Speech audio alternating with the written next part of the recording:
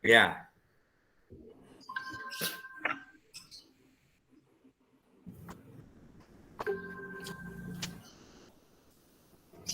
Ya, selamat pagi dan salam sejahtera buat kita semuanya. Selamat pagi. Pagi. Nah, ya. Mudah-mudahan hari ini kita tetap semangat ya, Bapak Ibu ya. Hari ini kita akan masuk ke materi kurikulum ya, di mana materi saya. Tapi sebelum saya menyampaikan materi saya, alangkah baiknya kita berdoa dulu supaya apa yang kita pelajari bisa berjalan lancar dan kita bisa memahaminya. Sejenak kita berdoa sesuai dengan keyakinan kita. Berdoa dimulai. Berdoa selesai. Bapak Ibu, untuk menyatukan persepsi ya, kita ice breaking sebentar, di mana ice breaking saya tidak menggunakan alat, hanya membutuhkan konsentrasi ya, konsentrasi Bapak Ibu ya. Kata kuncinya apa yang saya katakan, Bapak Ibu mengikutinya ya. Ya. Nah, apa yang mengikuti konsentrasi saja, membutuhkan konsentrasi. Nah, ice breaking saya itu menyebutkan beberapa binatang ya. Nanti saya bertanya kepada Bapak Ibu ya. Nah, contohnya seperti ini. Apa yang saya katakan, tolong dikatakan ya. Itu saja. Ya. Gajah, gajah, gajah. Gajah, gajah, gajah. Sapi, sapi, sapi. Sapi, sapi, sapi. Gajah, sapi, gajah, sapi, gajah, sapi. Gajah, sapi, gajah, sapi, gajah, sapi. Sapi, gajah, sapi, gajah, sapi, gajah. Sapi, gajah, sapi, gajah, sapi, gajah. Bu Aspa, berapa ya, gajah? Pak. 10, Pak. Salah. Bu Nani, berapa sapi? 8. Salah. Pak Kun Kun, berapa gajah dan sapi? Pak Kun Kun, berapa gajah dan sapi? Ya, yang benar Pak Kun Kun. Hore, tepuk tangan. Jadi kata kuncinya itu adalah apa yang saya sebutkan sama Bapak Ibu. Jangan hitungan Jadi ya. jangan dihitung ya, Pak ya. Yang dihitung Pak ya. Pak Kun Kun berarti yang sudah konsentrasinya sudah bagus ya. Nah, siap Pak, siap. Pak Kun ya. Terima kasih Pak Kun Kun ya. Terima kasih. Nah, sekarang kita masuk ke dalam materi saya, yaitu tentang prinsip kurikulum. Bapak Ibu, untuk kurikulum ini pernah nggak Bapak Ibu pasti sudah menjalankan ya dan sering mendengar kurikulum. Apa itu kurikulum? Coba Ibu Aspa, kurikulum itu apa? Kurikulum itu seperangkat rencana untuk bisa mencapai tujuan, Pak. Betul. Bu Nani? Seperangkat acuan, Pak. Bu Nani? Seperangkat acuan. Ayo, maka Pak Kun Kun. Perangkat acuan dalam program pembelajaran di sekolah yang disusun oleh sekolah tersebut, Pak. Iya, semuanya betul ya. Dan dulu saya waktu kuliah ya, saya pernah mendapat pengertian kurikulum dari seorang dosen saya. Beliau mengatakan bahwa kurikulum itu adalah peserta didik itu sendiri ya. Jadi anak itulah, siswa itulah yang disebut sebagai kurikulum ya. Tapi nah, oleh sebab itu dari kemarin ya kita sudah belajar tentang kerangka kurikulum dan juga tentang kurikulum program sekolah penggerak ya. Saat ini juga saya akan menyampaikan prinsip di mana kurikulum itu harus memperhatikan prinsip-prinsip kurikulum. Izinkan saya menayangkan PowerPoint saya ya. Nanti supaya bisa dilihat di sana. Sudah muncul belum PPT saya? Yang bundanya yang prinsip kurikulum. Belum, Pak. Belum ya? Ini lagi loading.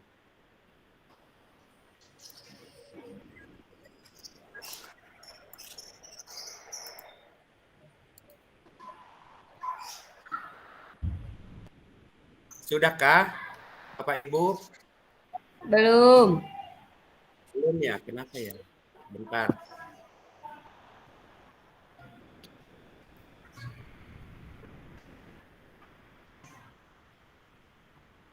Share screen.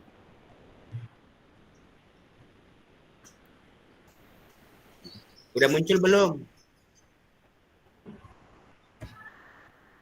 Belum, Pak. Pak Kun udah muncul belum? Belum. Belum.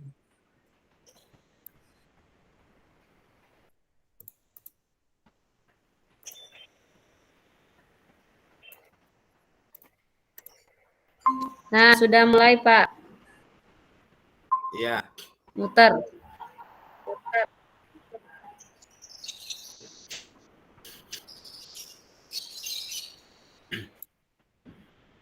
Mudah-mudahan lancar sinyalnya.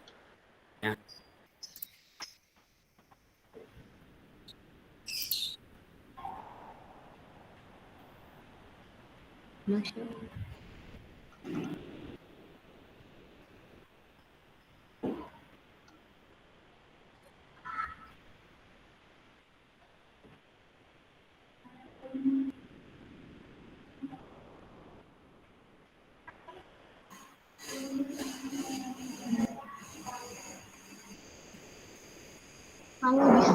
Kalau di saya nggak ada Pak, cuma Sama.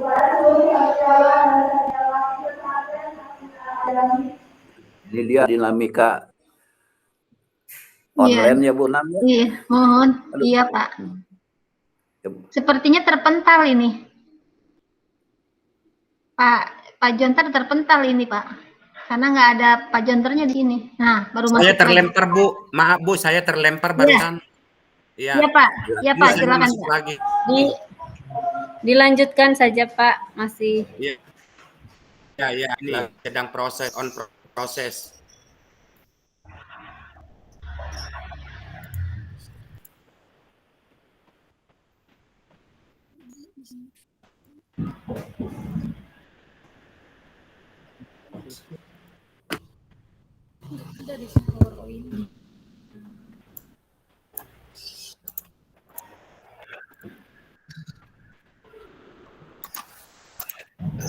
Udah ada belum Bapak Ibu PPT saya?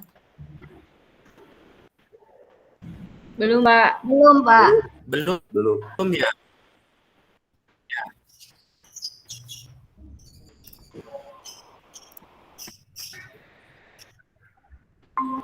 Nah, Ada Pak. Ada, terima kasih. Perhitungan.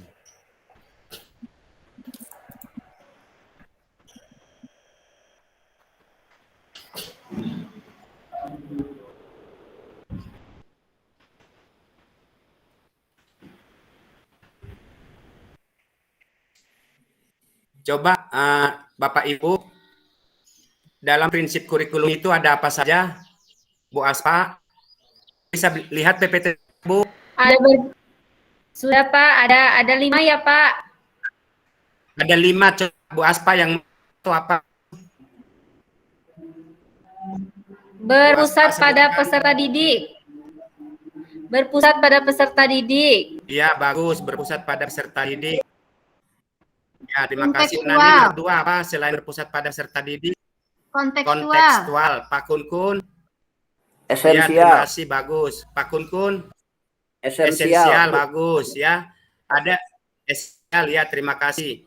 Nah, ada lagi 2 lagi apa? Siapa yang bisa menyebutkan 2 lagi tuh selain yang udah disebutkan? Akuntabel dan melibatkan berbagai kepentingan. Bagus ya, ada 5 ya. Sekarang kita masuk kepada peserta didik ya, berpusat pada peserta didik.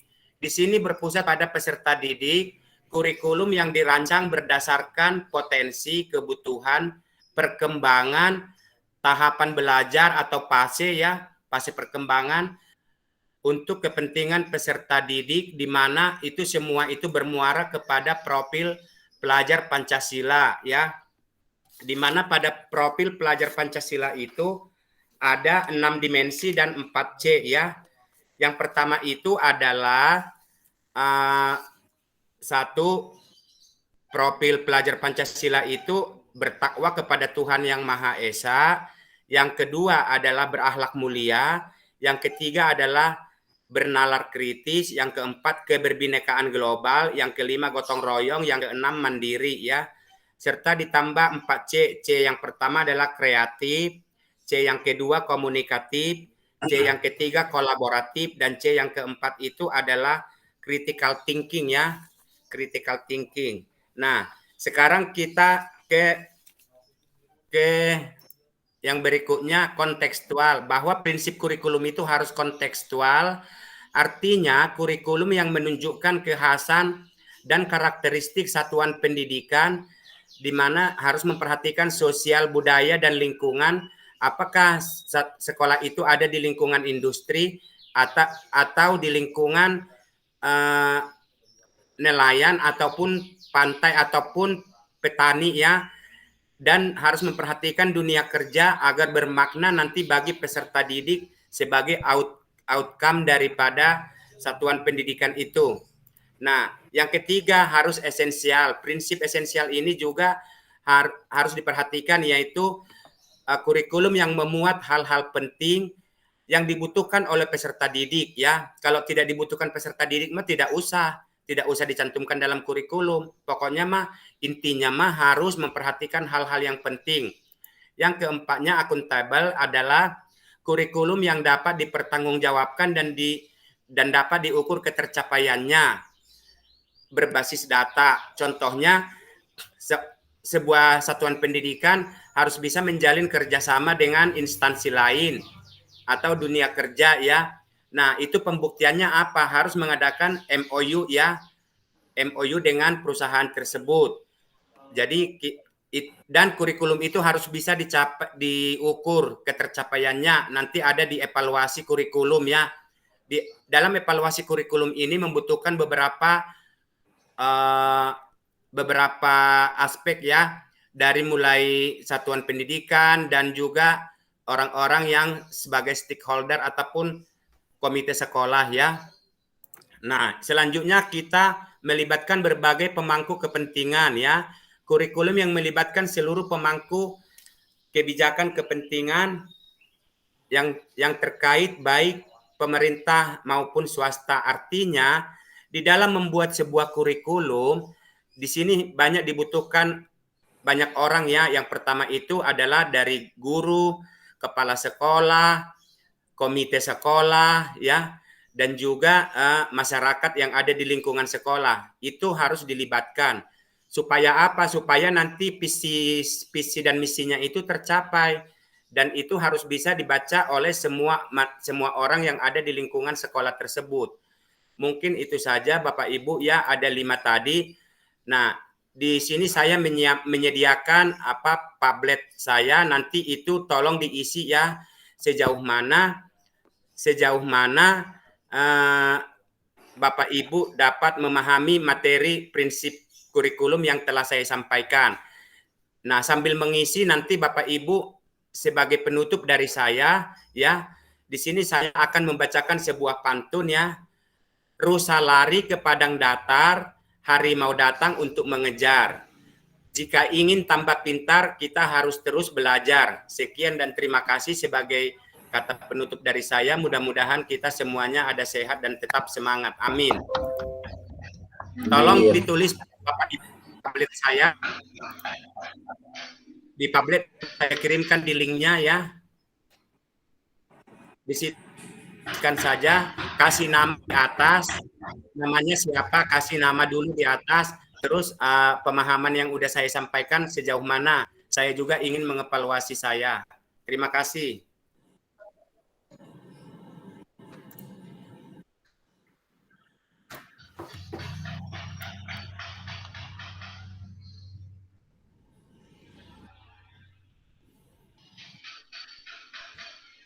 Di WA grup saya sudah menge-share link tablet saya.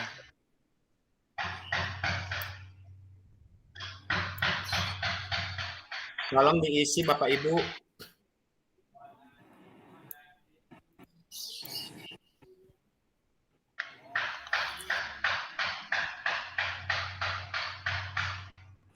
Linknya mana Pak? Di mana Pak? Di WA grup. Di WA grup. di kelompok 210. Iya. Oh, dipesan, coba dipesan.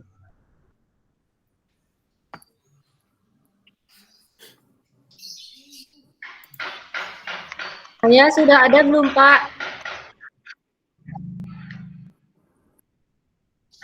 Belum. Dia bisa.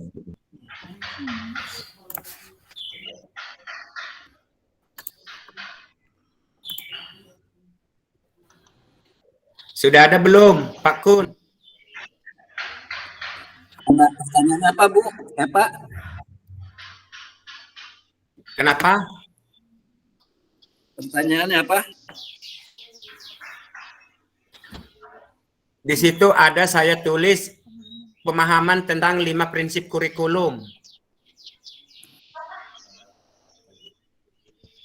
Bu Aspa udah masuk. Sudah menulis di Padlet. Baru Bu Aspa. Mohon maaf ini Pak, ini sambil Bapak bisa di-share screen yang dari Bapak biar kelihatan siapa saja yang sudah menulisnya sama kita juga, Pak. Iya, siap.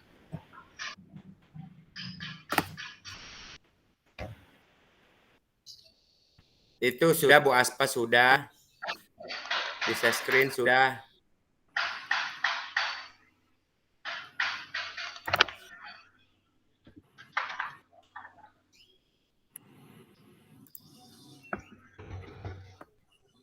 Terus baca Bu Aspa?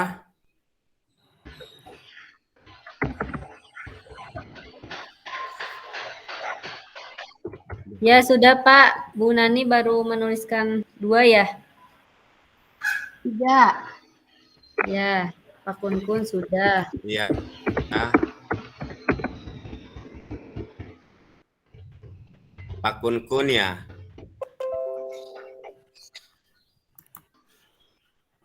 Ya, ini udah peserta didik. Bu Nani ada tulisan lupa apa itu teh? Iya, satu laginya lupa Pak. Ini kan akuntabel, esensial, kontekstual, melibatkan peserta didik. Satunya lagi saya lupa Pak. Itu Bu, sepertinya kalau melibatkan bukan peserta didik ya, tapi pemangku kepentingan. Kalau peserta didik itu berpusat. Ya, melibatkan pemangku kepentingan. Ya Pak, maaf Pak. Ketukar Pak. Kalau peserta didik berpusat pada peserta didik, ya Pak ya? Jadi mohon maaf Pak. Berpusat pada peserta didik. Ya. Tadi agak terputus-putus, jadi pertanyaannya tidak jelas. Jadi saya mengisinya itu Pak.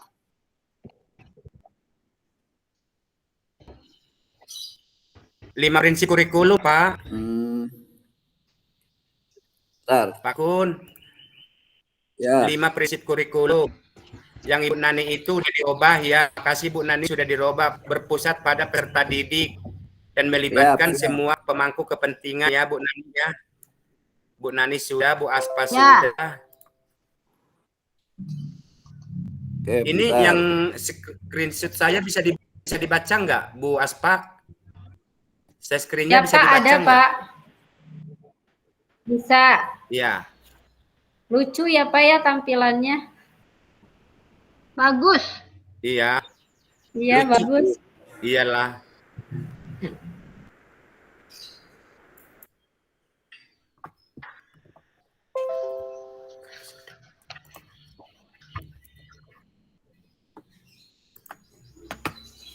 Ini bisa di screenshot Pak Kun. Sebentar. Bu Aspa, di screenshot Bu Aspa, punten.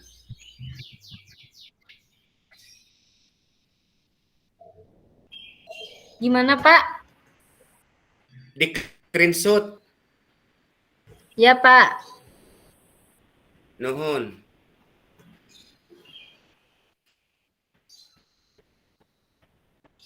Siap.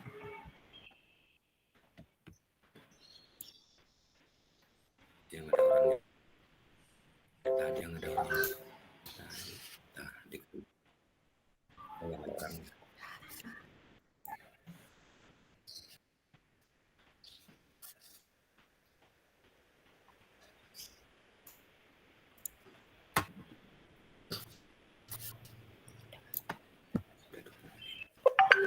Mungkin karena waktu sudah habis ya, saya sesi saya hari ini. Untuk sesi berikutnya kita terus mengikutinya. Mungkin sekian dan terima kasih dari saya. Terima kasih. Selamat pagi untuk kita semuanya. Selamat pagi.